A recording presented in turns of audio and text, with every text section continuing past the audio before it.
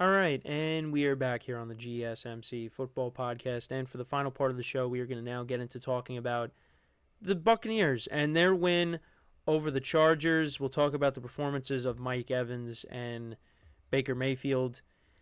And look, it really does make you wonder, though, what would have happened if Mike Evans and Chris Godwin didn't get hurt? Because the Buccaneers, they lost so many close games.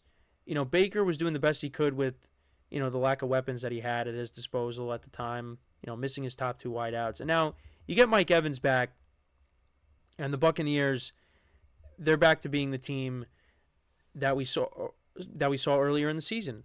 And they could beat you in different ways. They have a good rushing attack with Bucky Irving, Rashad White, Sean Tucker. And now you got Mike Evans back, and Mike Evans had a solid day. 159 yards receiving and 2 touchdowns. Baker Mayfield, 4 touchdown passes in this game. Look, I actually thought the Chargers were going to win this game. I did. And it was competitive for a little bit this game.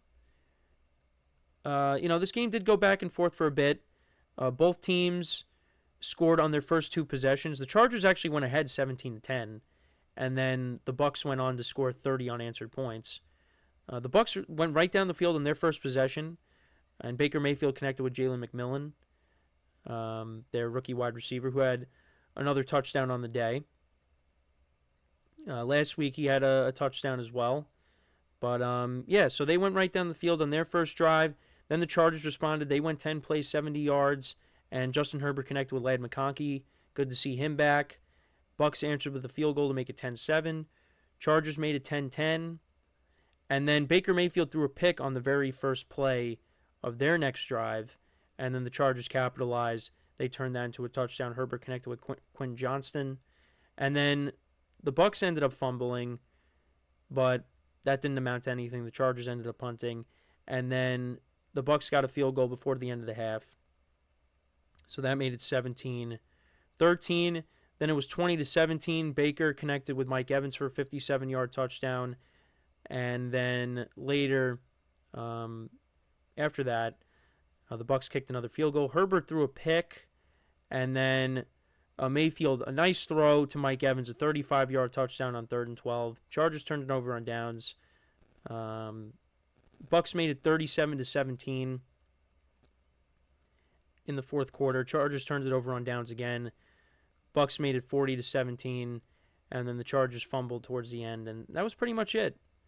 The Bucs actually Bucs didn't even punt in the second half. So yeah, they improved to 8-6 on the season. Chargers dropped to 8-6 on the season. Baker Mayfield, he went 22 of 27 for 288 yards, 4 touchdowns and a pick. They ran the ball for over 200 yards.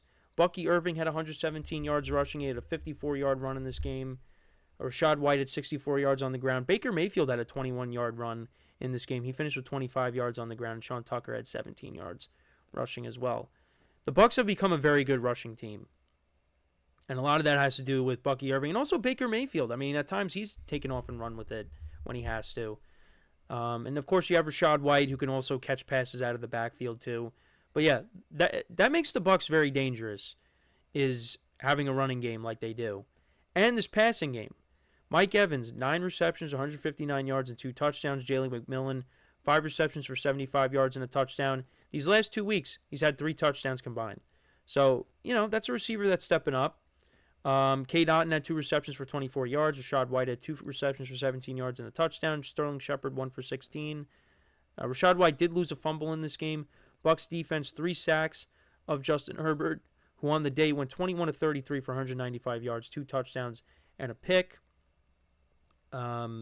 Chargers only ran the ball for 32 yards. They basically had to throw it, because they were playing from behind, and like I said, they got shut out in the second half.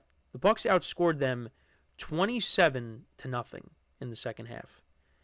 Ladd McConkey, he was their leading receiver, 5 receptions for 58 yards and a touchdown. Stone Smart, their tight end, 5 for 50. Quinn Johnston, 5 for 45 and a touchdown. DJ Chark, 2 for 16. Chargers defense, 1 sack of Baker Mayfield in this game. The interception that they got off of Baker was by Tarheeb Still. And yeah, Bucks pick up the win, and they are a game up on the Falcons for the division lead. And listen, right now the way the Bucks are playing, I would lean towards them winning the division. Um, you know, they do play Dallas on Sunday Night Football in Dallas, and that could be a little bit of a tricky game in my opinion, because I do think, I don't think the Cowboys are going to be a pushover there. Um, Cooper Rush just played decent, since he's taken over for Dak Prescott.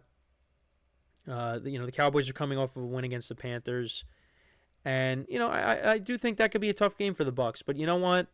This Bucks offense, like I said, they could beat you through the air, they could beat you on the ground, and that defense.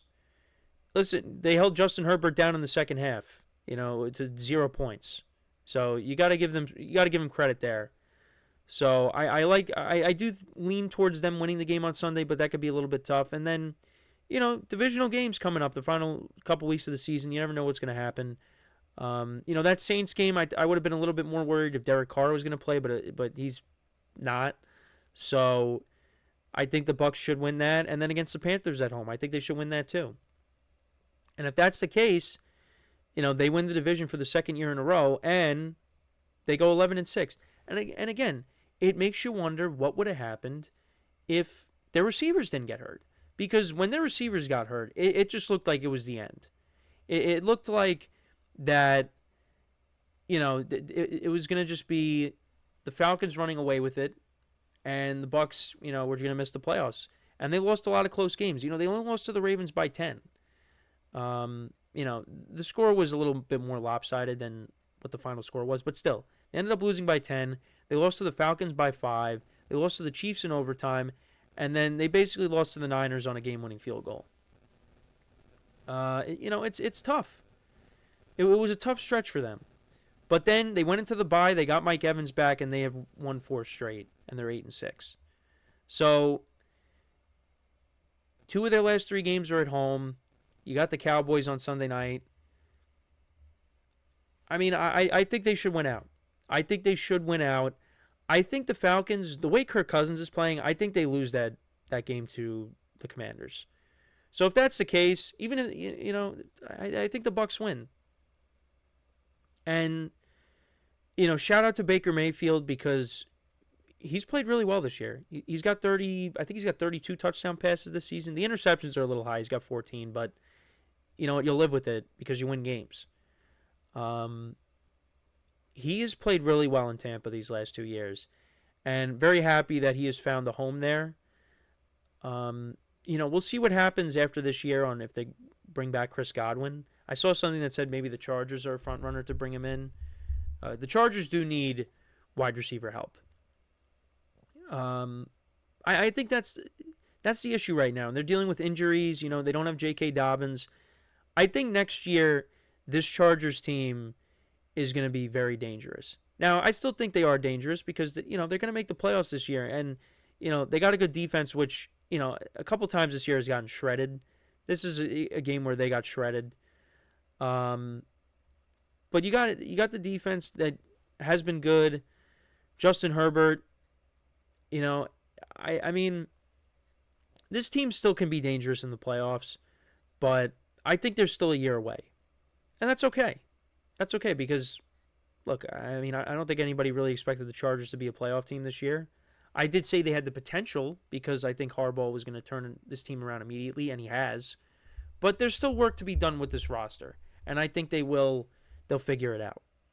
So, yeah, but they got some work to be done. They got work that needs to be done. But I think they're still going to make the playoffs as a wild card team, but we'll see. There's a big game on Thursday though between the Chargers and the Broncos, so we'll see how that game goes. But yeah, for the Buccaneers, they continue to roll, and right now they look like they're on their way to clinching another NFC South title. And right now they're the 3rd seed. They hold the tiebreaker over the Rams.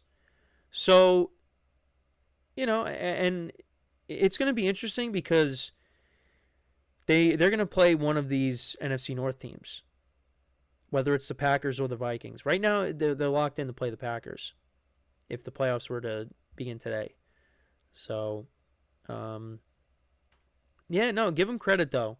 And, you look at the teams that are ahead of them, the Eagles and the Lions. Bucs beat both of them. This is a dangerous team going into the playoffs. If they make it, they are going to be a very dangerous team. They're going to be a tough out because, like I said already in this segment a couple times, they can beat you so many different ways. The key is that Mike Evans stays healthy because I do think if Mike Evans gets hurt again, which I'm not hoping for that, knock on wood.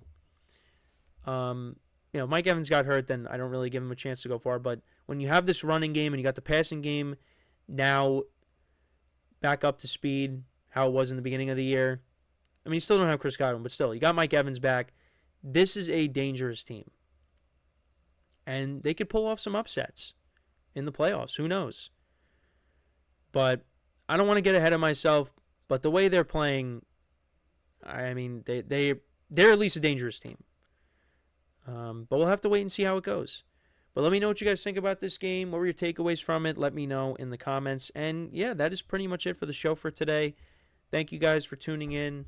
Make sure to check out all the other shows as well throughout the day. We'll be back again tomorrow, of course, same time. Make sure to leave a like, comment, and subscribe to the video. We greatly appreciate it. And as always, I'm your host, Kenneth Grunfelder, signing off from the GSMC Football Podcast, brought to you by the GSMC Sports Network. Have a good day, and I will talk to you guys tomorrow. Take care.